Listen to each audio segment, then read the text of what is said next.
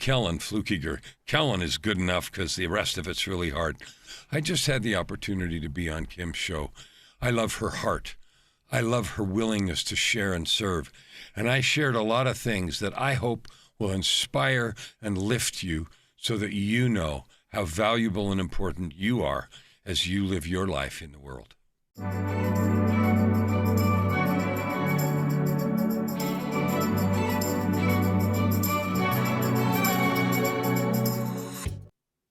Welcome to the show. I'm so happy you're here. You are going to be so happy you're here. I am Kim Sorrelle. I'm an author. I'm a speaker. I'm an entrepreneur. I'm a grandma. I'm a mom. I get to do a lot of fun things in life. But my favorite thing to do by far is to meet people. And I get to meet some incredible, wonderful people. And today is no exception. I have Kellen with me. His story is going to blow your mind, where he was, then where he got to, and then where he came back from, and how he and his wife got together. There's so much to his story that's so inspirational. You're going to love it and just be transformed as I was after hearing his story. So without further ado, Kellen, welcome to the show. Thank you, Kim. The first thing I want to do is honor you. Doing a podcast or show of any kind, television or otherwise, is a labor of love. And I just really want to honor the effort and energy you put in to doing this and serving those people who come to you for inspiration. So thank you.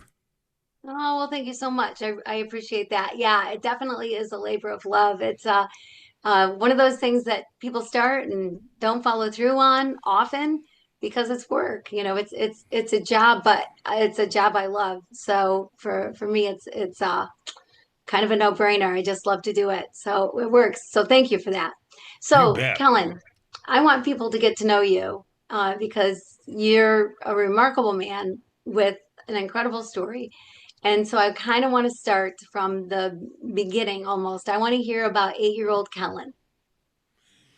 So I was born in San Francisco and raised in a two-parent home in the San Francisco Bay Area. It looked pretty normal from the outside. The difficulty, my mom got married really young and she didn't really know anything about raising kids, and she had some very strict and specific ideas about what was good and bad. And so her method of discipline was punishment that today would be felony child abuse. So I got a lot of discipline, beatings and things that, there's a lot of emotional and screaming and stuff like that, but it was mostly physical abuse that left me always wondering what was wrong with me and believing that I wasn't good enough. So that was true all the way through high school. And I even remember in high school, that old of a young boy getting dressed last in the locker room because I didn't want people to see I was black and blue, that kind of stuff. Mm-hmm. And so that's kind of how my life started. I did well at school in high school. I got good grades because I enjoyed school. I left home at 17 and left home with the idea that my goal, my sole mission in life was to prove to my mom that I was okay. And you leave home and you think you can get away from it. For some reason, I left with the idea that I needed to prove that. And I don't know why, but I guess I had the idea that, well, she has God on her side, so she must be right. And so I left and I lived the next 35 years from 17 to 52 riding a roller coaster. And the roller coaster was creating success job-wise, meaning, career and that sort of thing, thinking that would gain approval.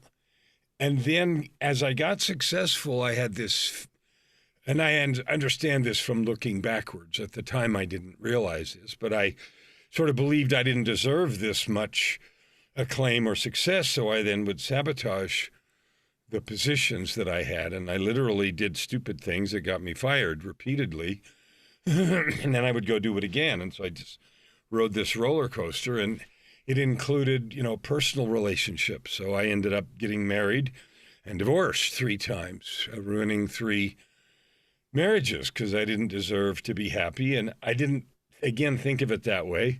It was always other circumstances. And the pain of living with myself and, struggling, I later learned with deep depression all my life that was untreated and undiagnosed because you don't In those years, you didn't talk about that sort of thing. You didn't go see anybody and you didn't do anything. So guess what? I didn't. So for those 35 years, I ended up being married and divorced 3 times. And it takes 2 to tango, but I probably was the major contributor to the failure of the relationships. And work-wise, I did that repeatedly too. And every time I did this, the oscillations got bigger and bigger, meaning the positions that I got and success that I created financially and in work was bigger and bigger. And I had, I worked on the governor's staff. I've testified before Congress. I had a contract with Her Late Majesty, the Queen of England, when I did some work in Canada, and Canada's, part of the British Commonwealth kind of thing. So I really high-profile stuff, and that went on over and over again. And at age 52, I turned 52 in 2007. That 35 years isn't very remarkable, other than that I just sort of rode this roller coaster of creation and destruction. Well, let's unpack a little bit before you get into age 52. Okay. So, because what a ride, first of all, I'm so sorry about your childhood. That is unfortunately not an uncommon story for No, people it's our not. age, right? That's the way parents disciplined. And I'd love to hear, but usually it's what your mom experienced. It's what parents experience. So it's what they think is what they're supposed to experience. Was your mom, did she mother like her mother? I don't know. I know that she didn't really enjoy her mother very much. I know that her older sister had cerebral palsy and so had to be at home all of her life. And, her mom and dad were farmers, lived on a dairy farm, and we used to visit the farm every summer as I was growing up, and I loved that place.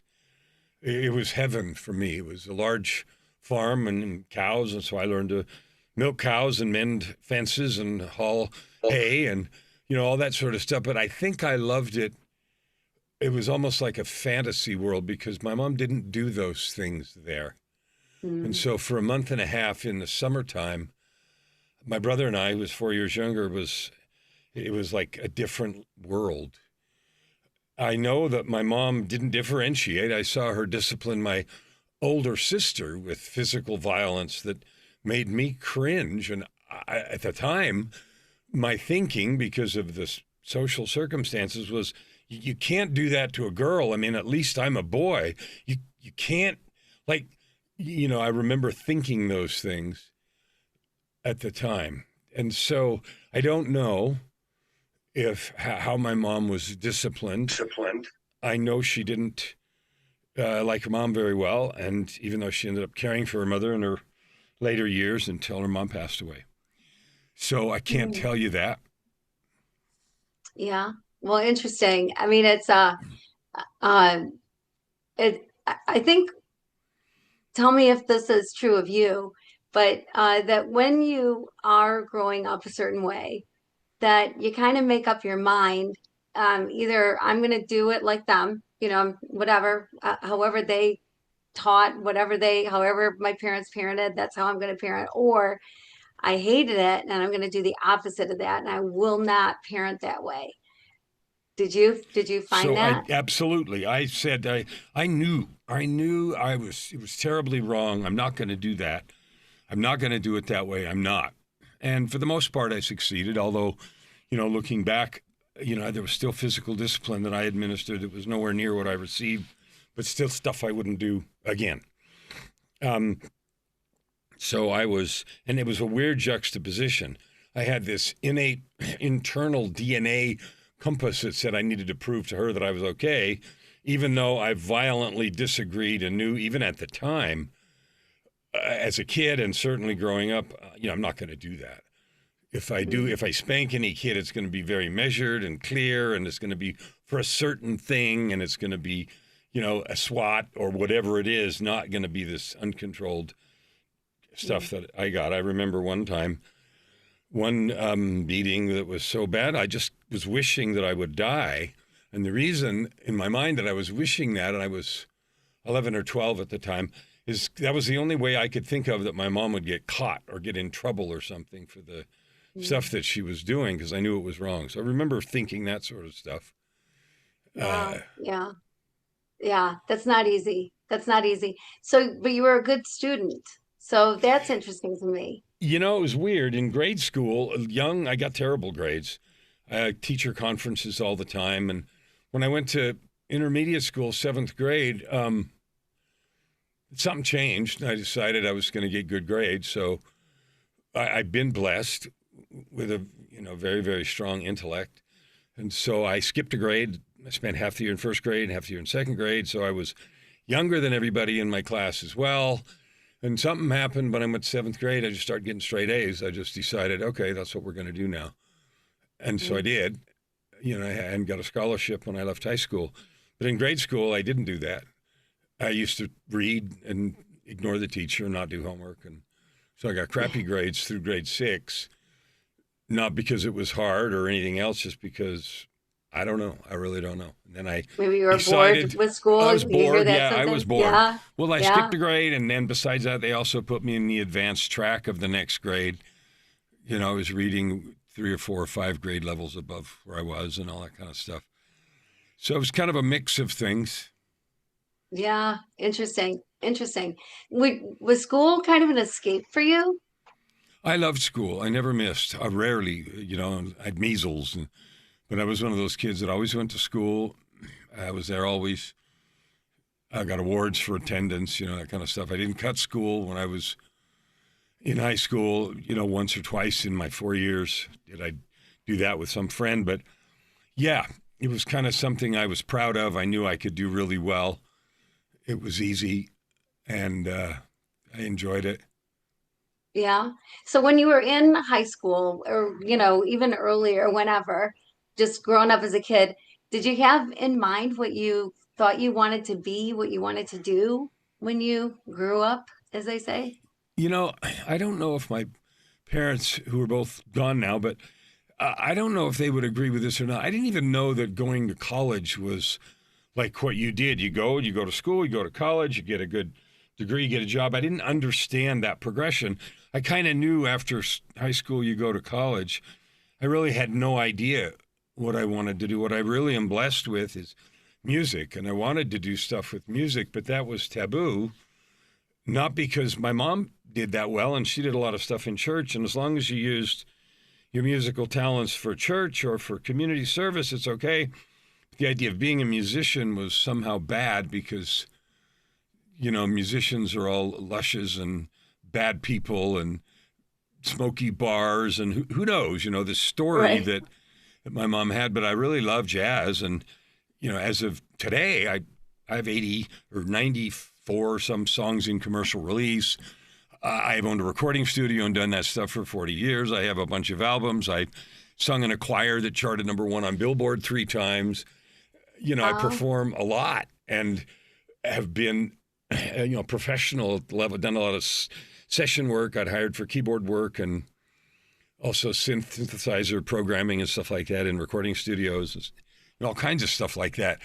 So I was really blessed that way, but I was not, it was encouraged. My mom did stuff with us. We performed like the Von Trapps kind of, as a family, but it was all supposed to be for play and for serving somebody, go to the old folks' homes, and we did a lot of that, and that was fun, but it was certainly forbidden, and that was a cause of a lot of the meltdown that happened during those 35 years, because I opened a recording studio and started recording people's music, and because I was good on the keys and had a lot of musical skill, I would have singer-songwriters come in, and I did their whole album. Like I could do the drums and all the other parts on machines and arrange everything, and they would do whatever they do and sing, and I recorded it, and I did their whole albums for them. So they'd come in as a person and leave, not next day, but weeks later, whatever, with finished album. And I loved doing that. That was really fun, and I did that while I had a full-time job, because, of course, I can't do that. Right.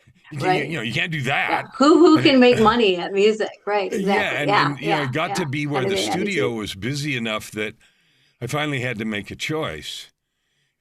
because the studio was busy. I had to either go full time in the recording studio and quit the job or quit. And so I ended up closing the studio because of the pressure, the whole idea. And my wife at the time, and that was already my second wife, my first marriage failed in 3 or 4 years. She was on the side of my mom. She didn't want me to have anything to do with that. So she was, I was essentially alone in that context. And so there wasn't a lot of choice. And so I started pursuing the career stuff diligently and did that really well. I got to the C-suite and then the United States and Canada and all this stuff. And underneath was this conflict all the time, which eventually, ruined me during that up and down period. I ended up with substance problems, ended up in, all kinds of drug problems, and miserable enough that, after 2 more failed relationships, I attempted suicide a couple times, and it was that miserable, that conflict. And the whole thing was like, I don't even know who I am. I don't care, that kind of thing. Wow. Wow. That's a dark, horrible, awful place to be. And I'm sorry that you went through that. But meanwhile, though, you grew up in a church. I mean, what are you thinking about God that your mom is reading the Bible in 1 minute, singing in a choir, and then the next minute beating the crap out of you?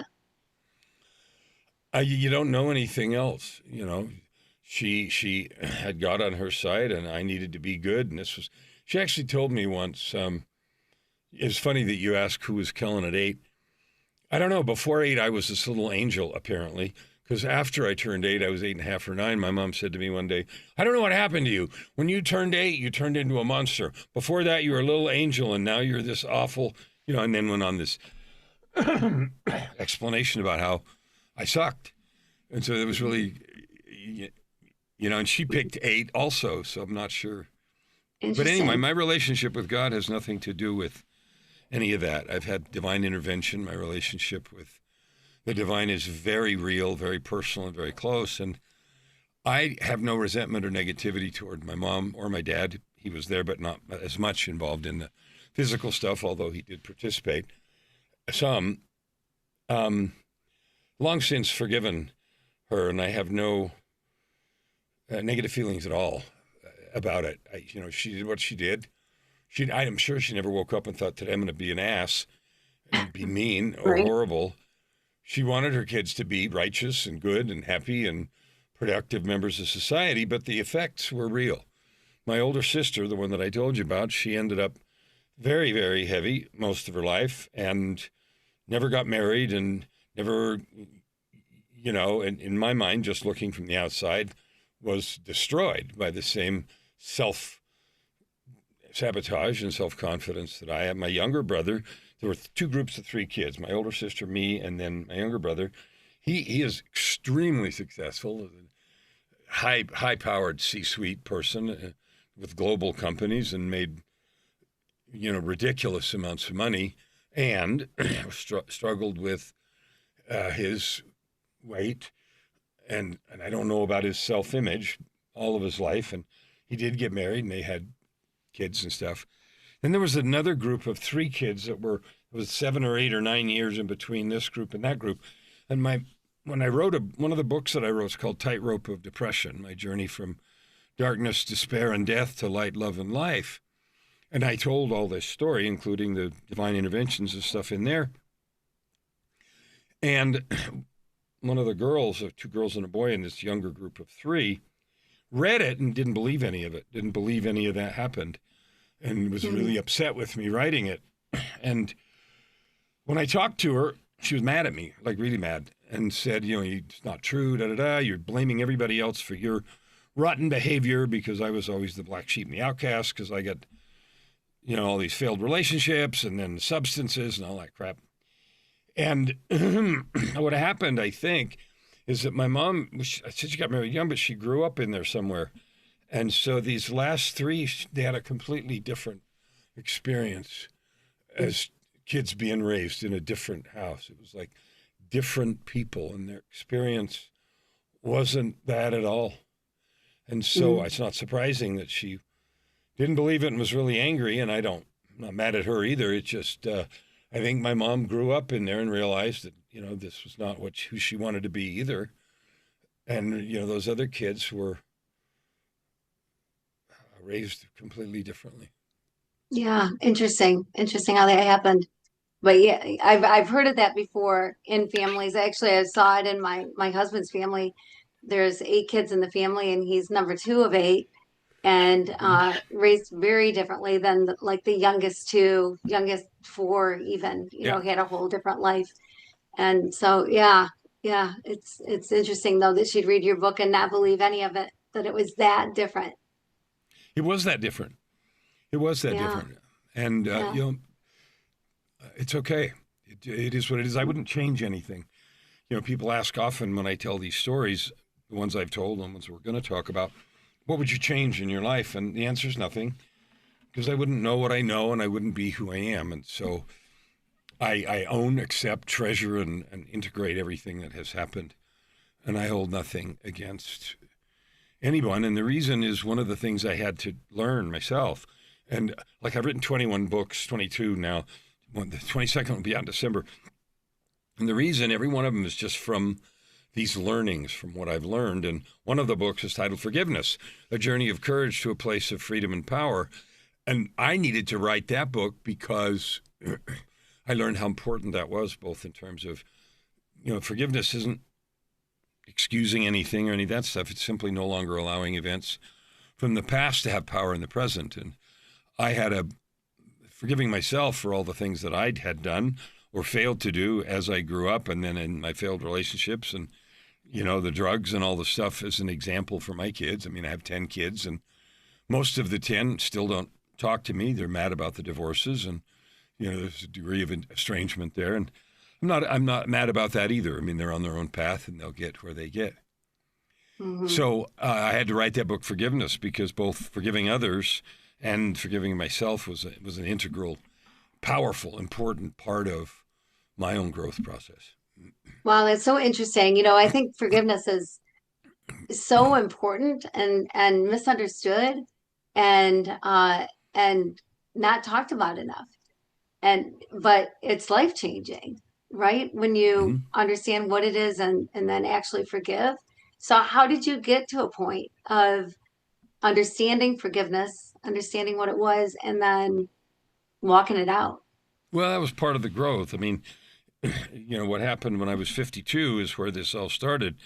And these cycles of destruction got bigger and bigger. And finally, in 2007, which was the year I turned 52, I was single again for the 3rd time. It's now August of 2007. I was back at the top of making money and blah, blah, blah. And I had four of my 10 kids living with me as a single dad, and 3 were grown up and married at that time, and 3 were with one of my ex-wives. It's kind of embarrassing to say that, but one of my exes, okay. And the 4 that were with me were teenagers, and I was making so much money that my $3,000 a week cocaine habit didn't matter. And I had attempted suicide the 2nd time 2 weeks before the events that took place in August. And so it was a Friday night in August, and I came home from work. I would go party for the weekend, and before I went out, I was getting ready to leave. I had this urge to turn on the television, and that doesn't sound like anything, except I didn't really watch TV. So I picked up the remote and realized I didn't know how to turn it on. So I had to ask one of my kids, my 16-year-old daughter, punch the buttons, threw the remote at me, dipstick, and it landed on a program I had never heard of. I don't know if it's still on anymore, because still not a lot of TV watcher. But anyway, the program was titled Intervention, and it was a reality show about families who stage real-life interventions for busted loved ones, counselors or priests or whatever, right? So this particular program, the protagonist was a high-ranking executive with a cocaine problem. And so I watched about 10 minutes of the show, and I'm like, my life, I'm like, screw this, I'm not watching that. So I turned it off. I went and did some stuff and was now ready to go again. And I just had this urge that I couldn't not do to turn the TV back on. So this time I knew how. And it landed, that program, it started over. And no, I didn't have a DVR. And no, it wasn't on the schedule. And no, it can't do that, but it did. And I'm like, okay. So it freaked me out. And I watched this program and it didn't go well. The guy yelled at his family and swore he didn't have a problem and stomped out of the intervention. No surprise. I've never watched another episode, but I imagine a lot of them are like that. Anyway, but it freaked me out. So instead of going out to party, I went to bed. And when I went to bed, I went to hell. And what I mean by that is I went somewhere out of body. And I was in a large room that was like theater seating. And I was in one of the seats and I could hear voices and see stuff going on the stage. And then I realized that all the scenes on the stage were scenes out of my life, but everyone was focused on suffering. The suffering that I had been inflicted on me as a kid growing up through the suffering I had inflicted on everybody else as a pathological liar and a drug addict and a terrible husband and father and, just a whole list of things.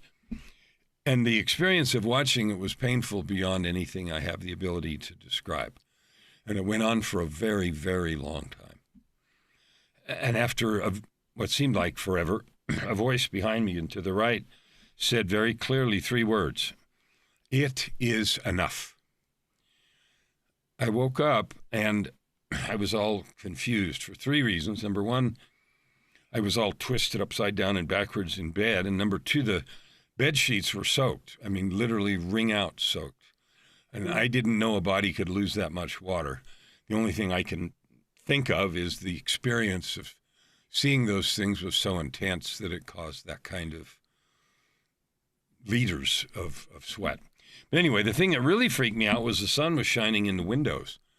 And the windows in the bedroom faced west. And I got up and saw that it was 5 o'clock Saturday afternoon. So I'd been somewhere for 18 hours. Mm-hmm. And I was completely exhausted.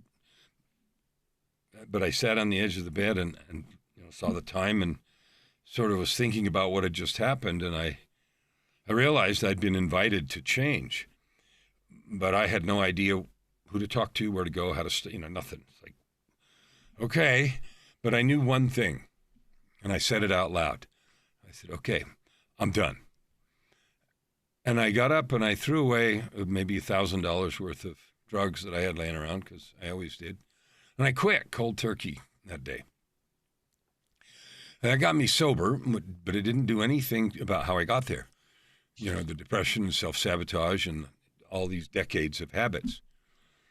But that was only half of the program. So I went back to work on Monday knowing that I had to get out of everything and change my life completely. But I'm 2 days sober, so one thing at a time. And so I in the position I used to have, I got a lot of free stuff because I made decisions that affected other companies, sometimes to the tune of billions of dollars. And so everybody knew who I was in the industry, and everybody gave me be nice to Kellen stuff.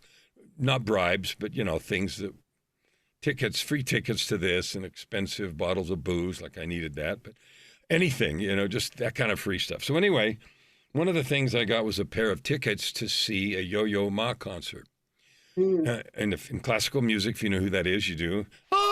In the classical world. Anyway, so I'm like, Oh, man, I'm stoked. I'm going. And then I realized that I had 2 tickets, and I thought, I'm not going to waste this other ticket, because they were like $1,000 tickets.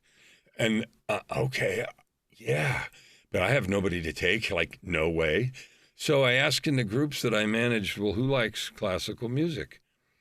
And a woman in one of the groups said, well, I do. And I looked at her and I said, have I ever given you anything before? Because I gave away stuff all the time. She said, no. I said, okay, fine. See you there. So I gave her the ticket, and about 3 weeks later, the concert happened, and we met there at the venue. And now, as of the concert, I'm now about 3 weeks stone cold sober. Okay, and the concert was amazing, spectacular, as you would have expected. If you've ever seen Yo-Yo Ma, you know that. It's just electrifying beyond description. So anyway, halfway through the show, I had this feeling come over me that I recognized from 3 weeks earlier. And this voice said to me, you need to marry this woman. And I said, yeah, you're crazy. I said, first of all, I mean, I'm 3 weeks sober. I've ruined 3 relationships. I don't know how to do this. Are you nuts? And so later that night, we were backstage because the reason the tickets were so expensive is they included backstage passes and tickets to the reception afterwards and all that stuff. So anyway, backstage, the voice came back and said, comma, and you need to tell her tonight. And I flipped out. I said, well, there's a couple of problems with this. First of all, I actually don't know her well enough. I mean, I knew her because she worked in one of my groups, but I don't know her well enough to know if she's got a relationship. Like, I didn't think she was married, but I didn't know if she was in a relationship. And the other thing is, you know, she could like call the cops or HR or something for harassment or whatever. I said, no, it's not happening. So, but you don't win those arguments.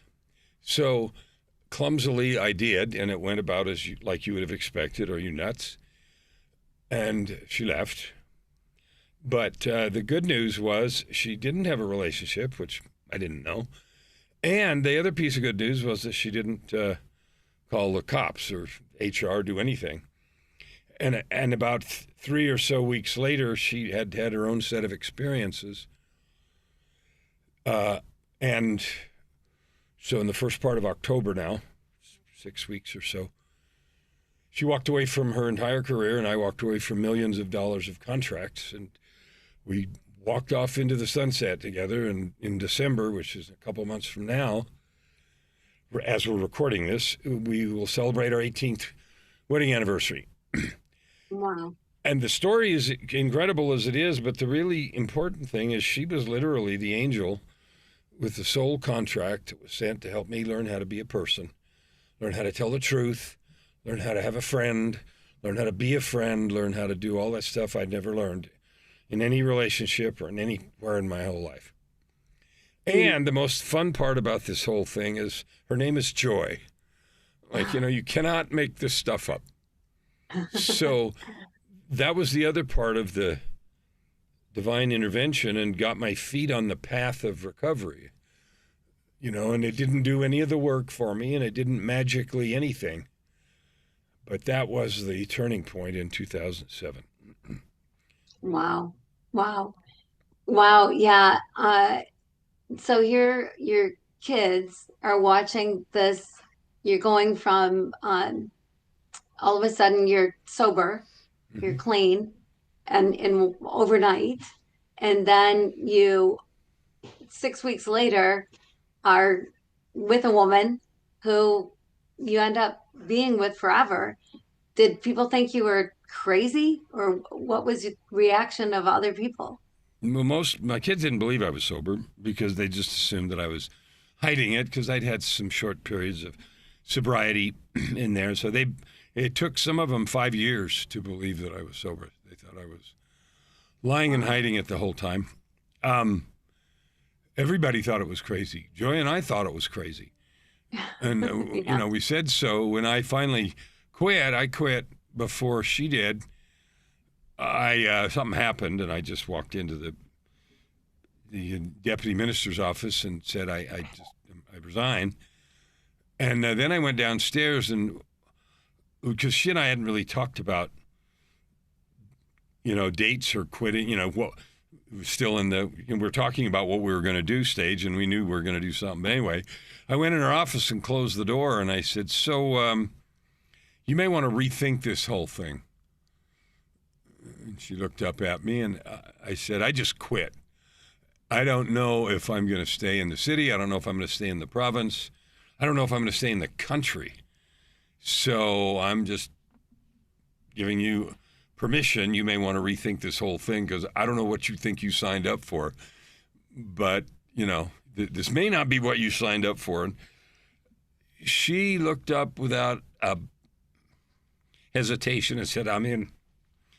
And that was the end of that. And I said, okay, well, if we're doing this, it's crazy. You know it's crazy, and I do. And if we're doing this, and I said to her, well, this is ride or die, babe. because I am not doing this again. Mm. And yeah, I had motorcycles and Harleys and that sort of thing, so ride or die made sense. But I said, this is ride or die, because I am not doing this again. And that was the foundation. That was a decision, like in stone. That's what we're doing. And whatever happens, happens, but that's what we're doing. Wow. Wow. Yeah. And here we are this many years later. Mm-hmm. Yeah. And she's So, an angel. She walks on water. She's everything that she ever was then. She's my business partner. She runs our contractor. She runs half our business. We are taking care of her 95-year-old mother who's been living with us for 5 years. We took care of a Ukrainian refugee mother and daughter for 3.5 years. They just moved out into their own apartment, I don't know, 2 weeks ago. So they were with us right after, since the war started, wow. June, and we took care of them for 3.5 years and all that other stuff. So Yeah. Yeah. So interesting. So you said it wasn't like this magic formula, that somebody waved a wand and said, okay, you're not going to have another struggle as long as you live, and it's going to be just so easy to just quit everything and change your life completely. So you went through some struggles, and but it sounds like you had somebody alongside going through the struggles with Well, you. she found me shrinks to talk to, and I had to learn to tell the truth. I had to learn to be vulnerable. I had to learn to do all kinds of stuff. I'd never done any of that stuff before. I was always, in charge of things, and so I didn't even know how to use a counselor to start with. So we went through 3 or 4 of them before I finally figured out how to tell the truth and just talk about what's going on and then shut up, and listen and do that kind of stuff. And I had no idea when I started how much broken glass I was going to have to crawl over to get healthy. The substances were the mask. The real work was the warped beliefs and things that I had woven into the fabric of my own existence. And so there was no magic about that. That took all the work that it should take. And there's no question that the divine is the author, and I've had the help of God all the way along, but no magic, at least none that I've been. I mean, the whole thing's magic, okay? Like start to finish. But there was no point where something happened and all of a sudden it's no big deal. Like that never happened. And so I wouldn't want to make it sound like anything like that happened. Yeah. And what happened then is as I started, healing and getting better, and then immediately, and this always happens. I hear this all the time from people. Because one of the things I love to do is help people write their own stories, their own becoming stories and stuff like that. And my wife runs a publishing company too, and so we do a lot of that. But anyway, what happened is I started healing, this yearning starts rising up in us to help other people. It's like, all this stuff that I've now learned and I've been through, I could sure help people with that. Sure would be valuable, XYZ. So I started asking myself, how, I don't know, have any idea how you do that? What would that look like? And I don't know, maybe that's like coaching or something. So I started exploring what that looked like and, went to a couple of coaching program schools and to get organized. But the genesis for that was the learning from your own growth, my own growth and healing, and then realizing, and we're divine beings, all of us, and we're built to love and serve each other. So that always sort of generates this desire to serve. And so everything I do now, all the books that I've written, the coaching that I do, and all the programs that I have come from that process. Yeah, yeah, so interesting. It is interesting. Serving other people is what it's all about. And one thing that I've learned is you can't outgive God.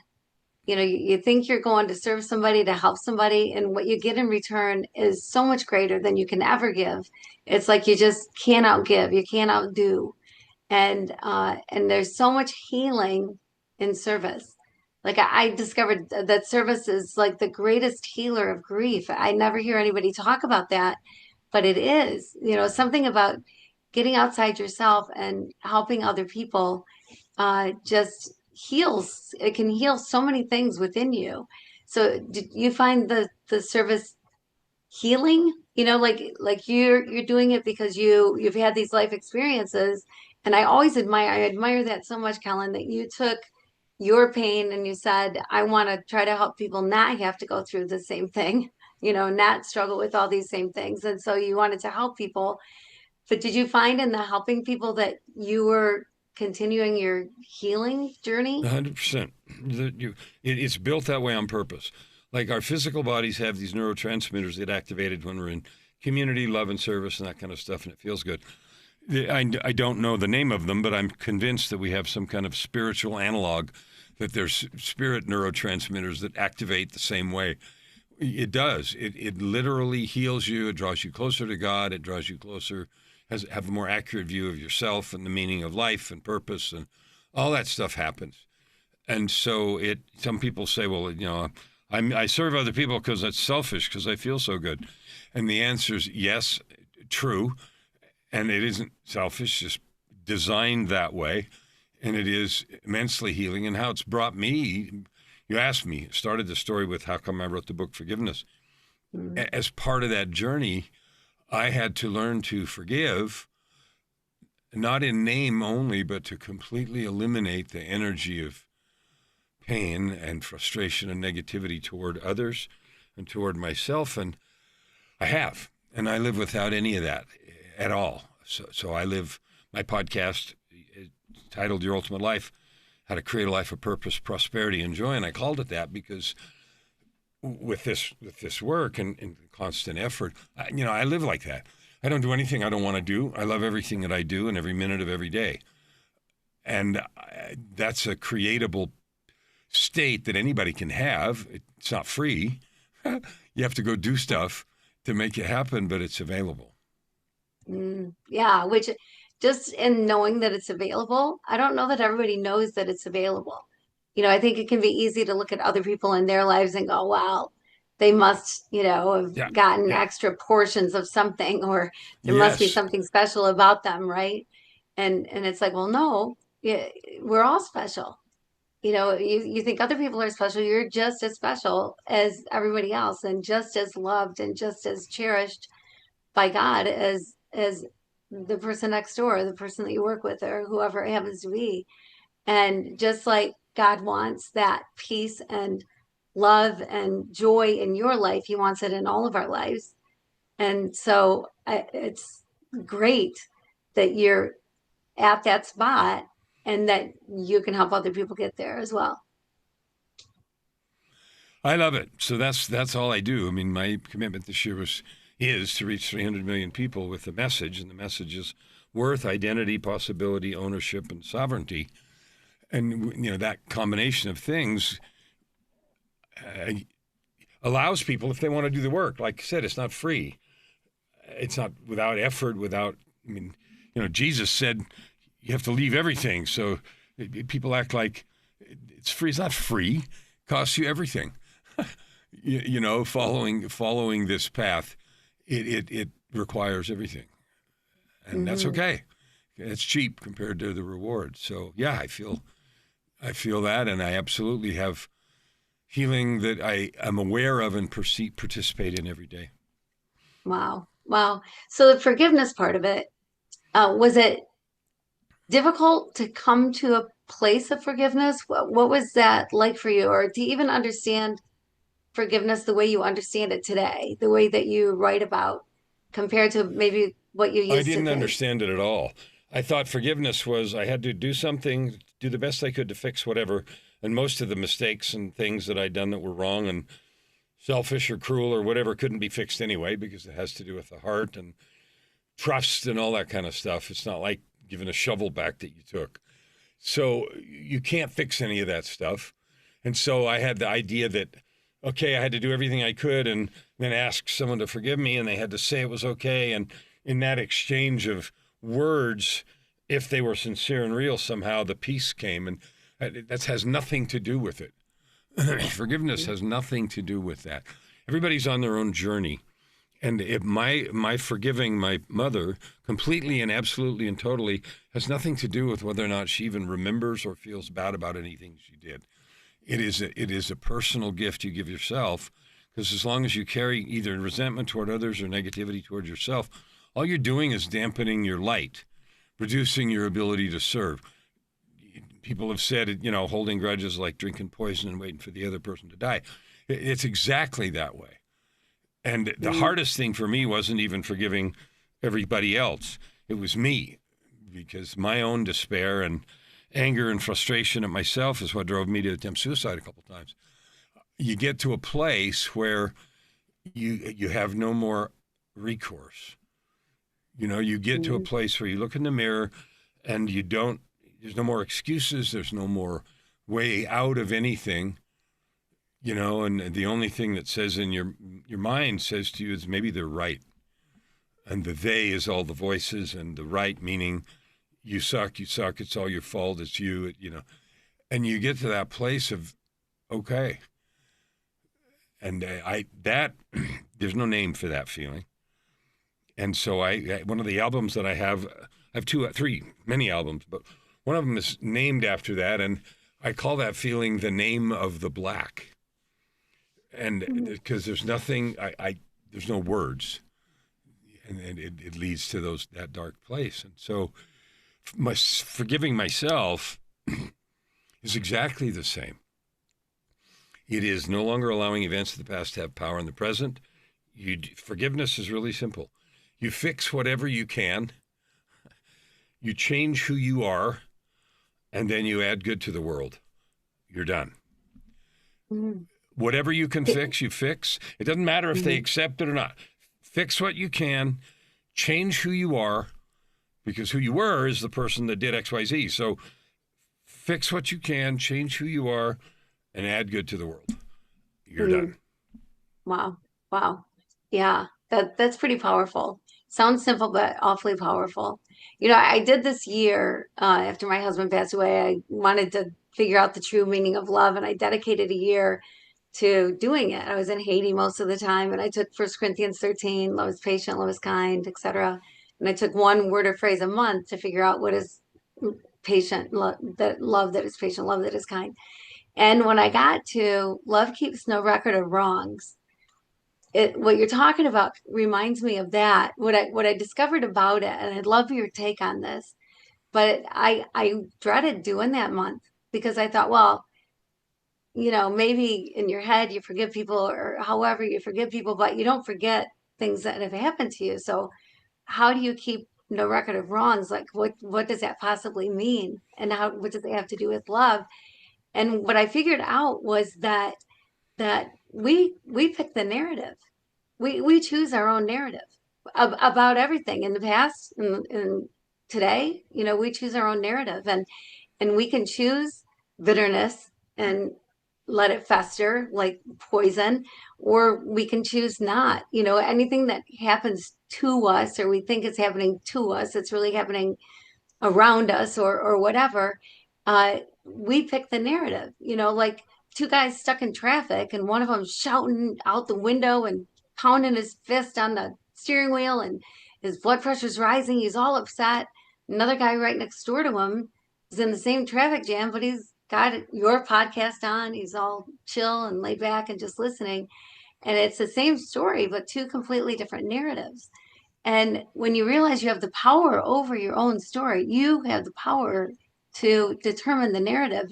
People shouldn't control your emotions or how you feel about yourself or you feel about anything else. You're the one that gets to control that. And that you can even go into the past and change the narrative of the past and the way that you looked at things then, to say, well, okay, is there another way to look at it? How do I turn this story to not be something that is festering and only hurting me because the other person has no idea I'm still upset, or whatever. Does that resonate with you? Does that sound? Yeah, absolutely. You have 100% control over that, and there's a couple of elements here. One is, you ask about my relationship to God, and it is profound, and it is powerful, and it's literally a part of my every morning. I have a morning creation process, DCP, daily creation process, that includes the spiritual element, and I don't finish that part of my spiritual connection until I've heard the voice of God every morning. And so it's literal, but it involves, it's part of the forgiveness thing too. Because number one, what's done is done. That's a fact. You can stay hating yourself forever, and I'm talking about self-forgiveness here, but it's true for others. You can stay hating or anger or bitter or hurt all you want. And it doesn't change anything. It certainly doesn't change what was past. It changes today, because today I'm full of poison neurotransmitters. I'm full of cortisol and negative feelings, and it destroys my creativity and destroys my love and destroys my ability to show up for clients in my work or whatever the work is, how you act. It just does do that. So forgiveness is when you allow that to be gone. It doesn't excuse this. And so I had a very, very difficult time with this over the years, especially the first years. And one day the spirit woke me up at 3, like it doesn't do a lot, but does occasionally. So I went across the street and was out for a morning walk. And I was thinking for some reason about the first woman that I was married to. And she's dead now, but she wasn't then. And she died of breast cancer several years ago, 2016 or 17. This is probably 2015, year before. But anyway, I was walking along in the dark in this housing development that wasn't built yet. This is still not built from the 2008 crash. So this is 5 or 6 years later, and everything was developed, the roads and the benches and the parks and everything, but no houses. So I used to love walking. So I'm walking there, and I was thinking about this woman and how our relationship had gone and what I could do and what I had done. And I was feeling just the total agony of helplessness. I can't do anything about it. You know, I treated her poorly and everything else. And it was in such pain that I was looking and talking to God at the same time. And I said, I am so helpless. There is nothing I can do. I mean, it had been many, many years since the divorce, but I thought, you know, my behavior, I'm sure, shaped her life, her trust, her feelings, there's nothing, and I was speaking like that, I can possibly do to make any difference at all in that circumstance. And feeling that sort of weight and agony, and that, as the Spirit often does, God said, "You're right. You can't do a thing, but I can." Mm-hmm. And it hit me so hard I collapsed, and I would have fallen to the ground except there happened to be a bench there. So I sat down. It hit me so hard that we don't have the power to fix most of the things that we do that are wrong, especially the serious ones. We just don't have it. And so this whole divine piece of the foundation and framework of life is so important. So there's an element of personal work and allowing, that's why I said you do what you can, change who you are, and then you add good to the world. And you have to trust and allow that in the economy of the whole plan, there is a place and space for God to do his work of repair. Because if I can be forgiven, it doesn't just mean forgiving me, it has to also mean taking care of stuff for other people. Now, whether they allow it in their life or not is not my problem, but that has to include that power, or the whole context of forgiveness doesn't make any sense. Wow. Yeah. Wow. That is so interesting and so powerful. I can't imagine. I've not had a moment like that where I've been on a walk, and I love talking to God, and I love that he talks back. I love that it's a conversation.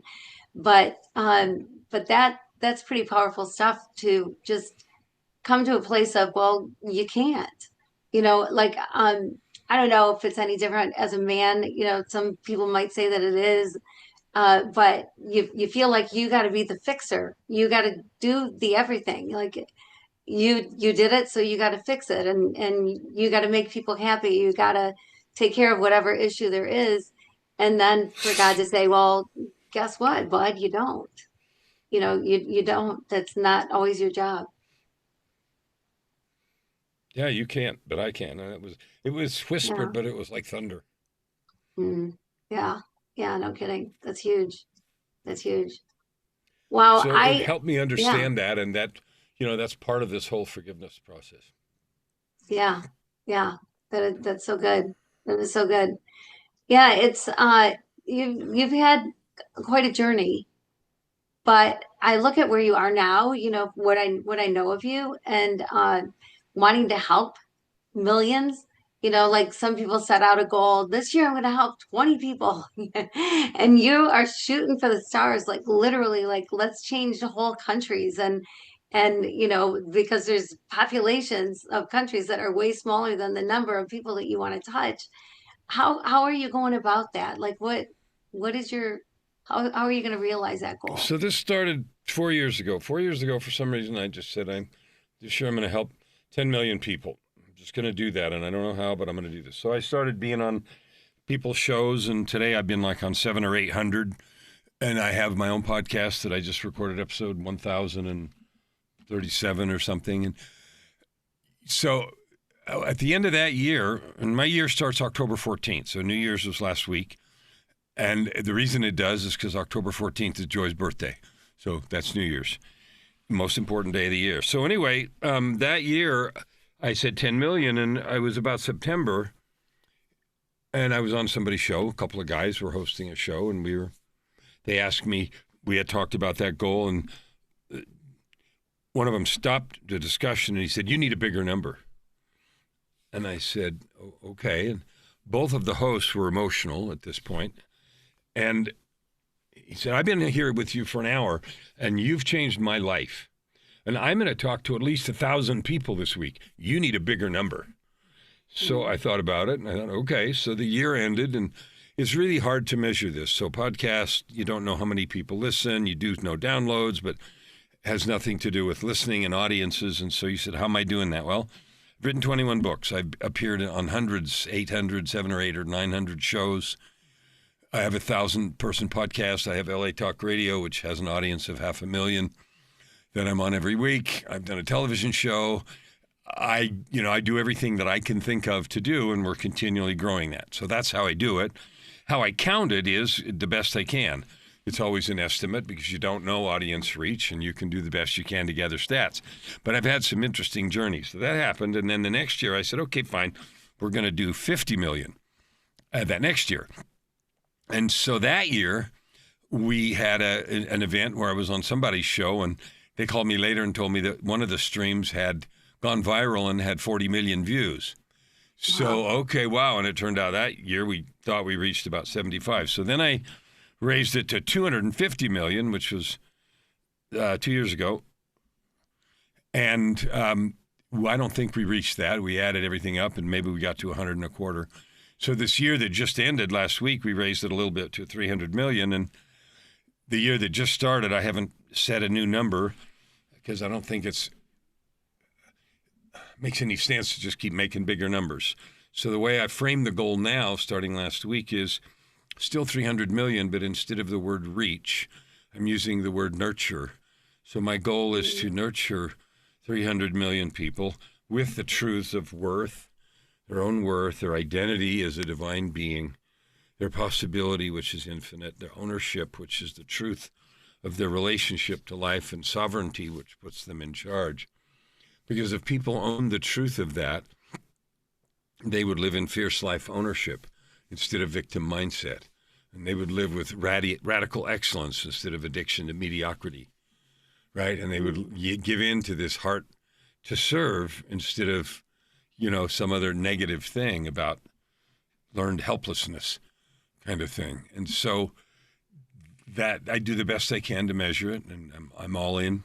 That's all I really do. Yeah, I have a coaching business, and yeah, I have clients, and I help people write books, and I have private clients and whatever, but all I really do morning to night is think about how to work on the reach and the message. Wow. Wow. I love that. I love that. Yeah. And that's one of the beauties of podcasts or shows that are on the internet because they're there forever and you don't know. Like there could be a show that you recorded 5 years ago that next week someone's going to listen to and it's going to change their life. And Mhm. so, yeah, I I am sure that your reach probably is higher than you even estimate, and you just don't know it because, like you said, some numbers aren't there to just know. And plus, people talk to people. So somebody listens to a show you're on or one of your episodes, one of your shows, and they'll probably go tell 10 people, and they'll tell people, and they'll tell people. So your reach, I'm sure, is far and wide and much grander, greater than you think it is. But I love too that it's not so much about reach, but it's more transformational. It's more the impact that it's going to have rather than just them hearing you or whatever. What a great goal. That's just an incredible goal. Well, after 2007, I spent a couple of years doing a lot of really intense work in healing, and then began to do my outreach and start writing and building a coaching business, et cetera, et cetera. And there's a lot more story. And you said you wanted to run an hour, and we're a little over that. So, but just the growth never stops. So in 2018, which was 11 years later, we've written several books, and I've got a thriving coaching business, and we're speaking all over the place and doing stuff. And in 2018, which was 11 years later, I got a fatal illness and I died also. Okay. And we don't have time for that story because it's a whole thing, but this is just, and I learned things. I had 3 conversations with God at the door between life and eternity. And I wrote a couple books about that too. And I've spoken at a number of conferences. And I say that because, people think that's horrible. And I view it as a blessing given what happened in the conversations. And it just emphasized even more a really simple truth. You, me, we're divine beings. We're here to love and serve each other. We have a mission and purpose that we agreed to and we were excited about. And it really is a true thing. And if we live knowing that, then how we live every minute, speaking, every conversation, if it's filtered through those things, it changes.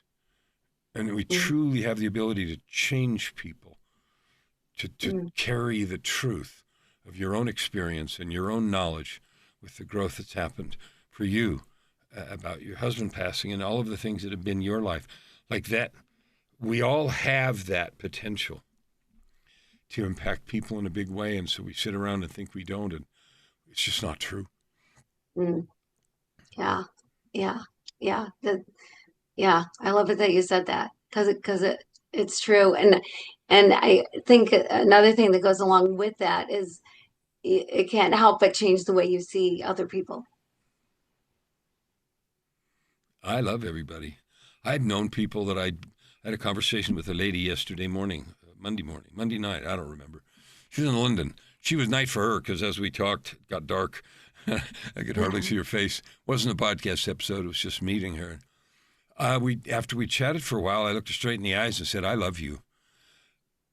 And I didn't know her from anybody except for we had 45 minutes of conversation. And she said right back, she said, "I know you do." Wow. Straight up. And that's the truth of being the divine being that we all are. This is not magic. I'm not special. I don't own anything different than anybody else. And I tell the story,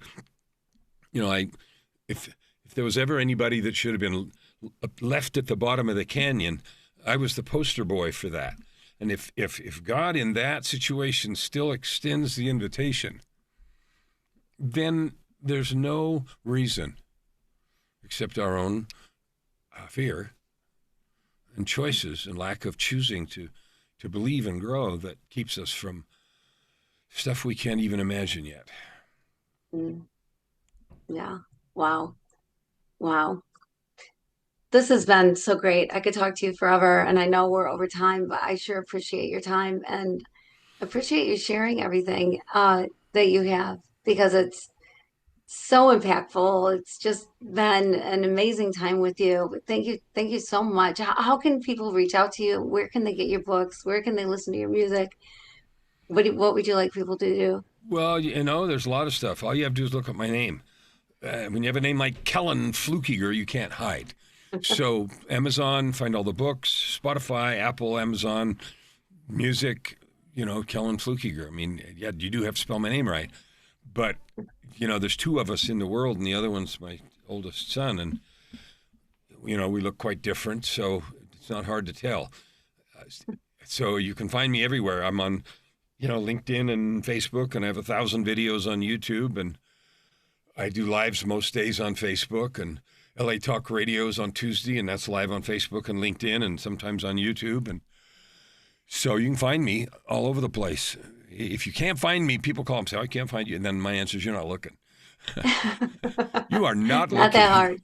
That's right. It's That's right. it's very easy. If you just Google my name, there's thousands of hits. A lot of them have to do with my old executive stuff, and my testimony before Congress is still there, and stuff like that going back many years. But there's thousands of results for Kellan Fluckiger, even though there's only two of us.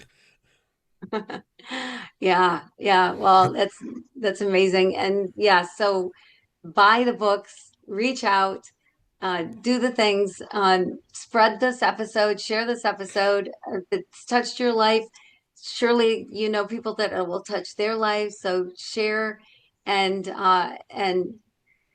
follow Kellen This wherever thing you right here, can. Kellan Fluckiger Media.